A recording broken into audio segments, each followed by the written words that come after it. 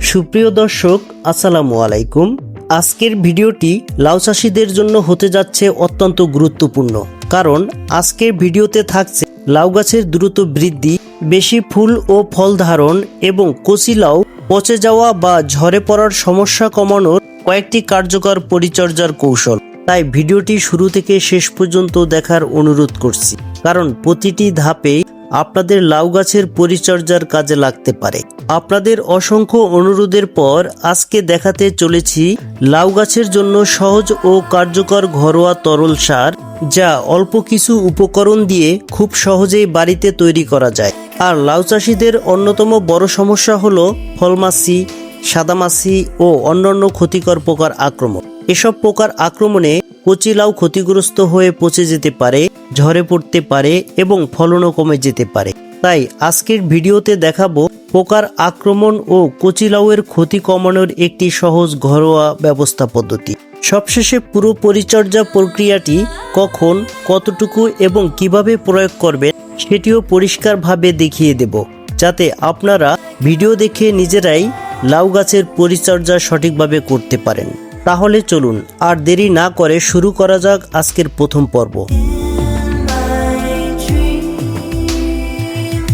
দ্রবণটি তৈরি করার জন্য প্রথমে লাগবে কয়েকটি কলার খোসা।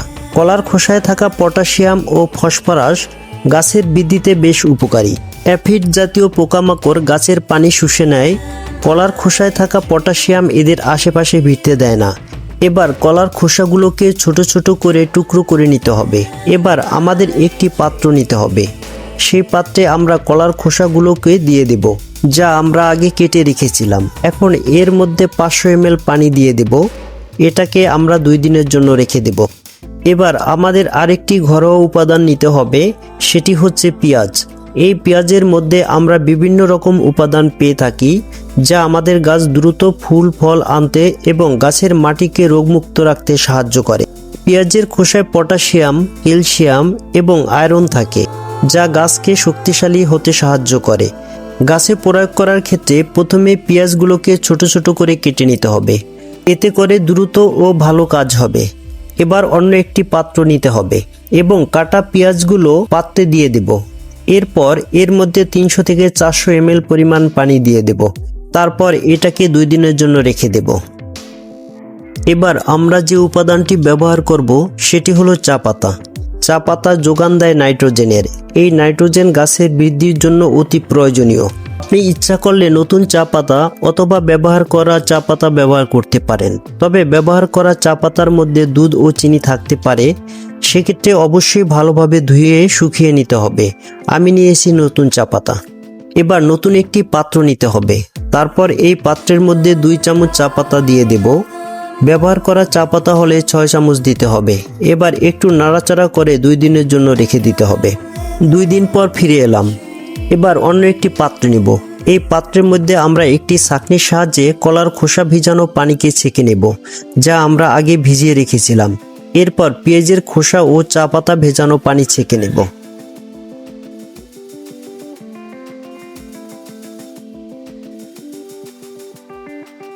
বন্ধুরা, আপনারা দেখতে পাচ্ছেন 3টি দ্রবণে আমরা ছেঁকে নিয়েছি।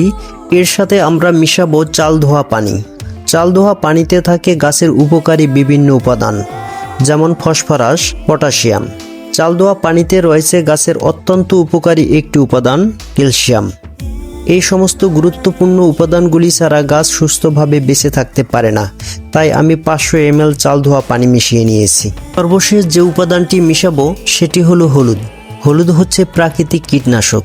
হলুদে উপস্থিত কারকিউমিন অ্যান্টিব্যাকটেরিয়াল, অ্যান্টিফাঙ্গাল এবং কীটনাশক গুণাবলী সম্পন্ন। এটি মাটির মধ্যে থাকা পোকামাকড় এবং ক্ষতিকর জীবাণু দমন করতে সাহায্য করে। তাই এই দ্রবণের সাথে আমি 1 চামচ হলুদের গুঁড়া মিশিয়ে নিয়েছি। এখন দ্রবণটি খুব ভালোভাবে নাড়াচাড়া করতে হবে, যাতে করে প্রত্যেকটি উপাদান ভালোভাবে মিশে যায়। দর্শক, আপনারা দেখতে পাচ্ছেন তরল সারটি প্রস্তুত হয়ে গেছে। এখন এই সারটা কিন্তু আমরা গাছে প্রয়োগ করতে পারবো। এবার দেখাবো আরেকটি অত্যন্ত কার্যকর ঘরোয়া তরল সার, যা সঠিক নিয়মে ব্যবহার করলে গাছের বৃদ্ধি আরো ভালো হতে পারে এবং গাছকে দীর্ঘদিন সবল রাখতে সাহায্য করতে পারে। তাই এই অংশটি মনোযোগ দিয়ে দেখুন। চলুন দেখে নিই দ্বিতীয় দ্রবণ তৈরি করতে কি কি লাগে। ভাতের মাড়, ডাল ধোয়া পানি, পেঁয়াজের খোসা ভিজানো পানি, চা পাতা ভেজানো পানি, সাদা ভিনেগার। প্রথমে সব উপাদান আলাদা আলাদা করে পরিষ্কার পাত্রে নিয়ে নিন। এবার শুরু করি আমাদের মিশ্রণ তৈরি। প্রথমে যোগ করুন ভাতের মাড়।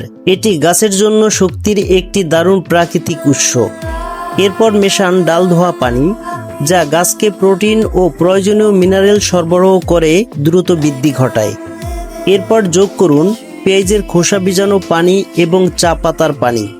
এগুলো গাছকে করে তোলে সবুজ, সতেজ ও শক্তিশালী। সর্বশেষে সামান্য ভিনেগার দিন, যা মাটির পিএইচ ব্যালেন্স ঠিক রাখে এবং গাছকে পুষ্টি শোষণে সাহায্য করে।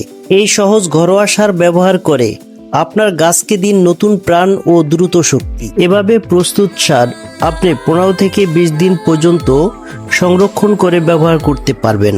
যেভাবে ব্যবহার করবেন: 1 লিটার তরল সার 5 থেকে 7 লিটার পানিতে মিশিয়ে পাতলা করুন। লাউ, পেঁপে, বেগুন বা অন্যান্য সবজি গাছের গোড়ায় 15 থেকে 20 দিন পর পর প্রয়োগ করুন। মাছি পোকা ও পাতা কোঁকড়ানো রোগ দমন। এই পোকাগুলো দেখছেন? এই ছোট্ট মাছিই কয়েকদিনের মধ্যে পুরো লাউ গাছ শেষ করে দিতে পারে। সবচেয়ে বেশি দেখা যায় পাতা কোঁকড়ানো, সাদা মাছি, ফল পচা রোগ। অনেকে তখন দামি বিষ ব্যবহার করেন, কিন্তু আমি দেখাবো কম খরচের নিরাপদ সমাধান।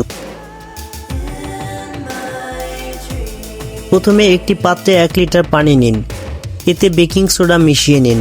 বেকিং সোডা ছত্রাকজনিত রোগ যেমন পাউডারি মিলডিউ প্রতিরোধে কার্যকর। এটি পাতার উপরিভাগে ছড়িয়ে দিলে পোকামাকড় দূরে থাকে। এরপর ভিনেগার ঢালুন। ভিনেগার মাটির অম্লত্ব বাড়িয়ে কিছু নির্দিষ্ট গাছের বৃদ্ধিতে সহায়তা করে। এছাড়া এটি প্রাকৃতিক কীটনাশক হিসাবে কাজ করে এবং ছত্রাক সংক্রমণ কমাতে সাহায্য করে। এখন ডিটারজেন্ট মিশিয়ে দিন, যা এই মিশ্রণকে গাছের পাতায় ভালোভাবে আটকে রাখতে সাহায্য করবে এবং হালকা সাবান পানি কীটনাশক হিসাবে কাজ করে। এটি অ্যাফিড, মিলিবাগ, স্পাইডার মাইটের মতো ক্ষতিকর পোকা দমন করতে সাহায্য করে। এরপর মরিচের গুঁড়া এবং হলুদের গুঁড়া দিন। মরিচের গুঁড়া এটি প্রাকৃতিক কীটনাশক হিসাবে কাজ করে এবং হলুদের গুঁড়া অ্যান্টি ফাঙ্গাল ও অ্যান্টিব্যাকটেরিয়াল উপাদান হিসাবে কাজ করে, যা গাছের ক্ষত নিরাময়ে সহায়ক এবং ছত্রাক সংক্রমণ প্রতিরোধ করতে পারে। কিভাবে ব্যবহার করবেন? এই বালাইনাশক সপ্তাহে 2 থেকে 3 বার গাছে স্প্রে করুন। সকালে অথবা বিকেলে স্প্রে করা ভালো, যাতে রোদে গাছের পাতা পুড়ে না যায়। বিশেষ করে পাতার নিচের অংশে স্প্রে করুন, কারণ পোকামাকড় সাধারণত সেখানেই লুকিয়ে থাকে। গাছে যখন 11টি পাতা সম্পূর্ণ বের হয়ে যাবে, তখন 11 নম্বর পাতার পর থেকে প্রধান ডগাটি কেটে দিন।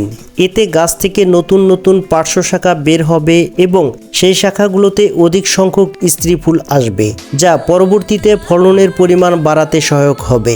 গাছের গোড়ার দিকের বড় ও পুরানো পাতাগুলো নিয়মিত ছেঁটে দিন, যাতে পর্যাপ্ত আলো বাতাস চলাচল করতে পারে।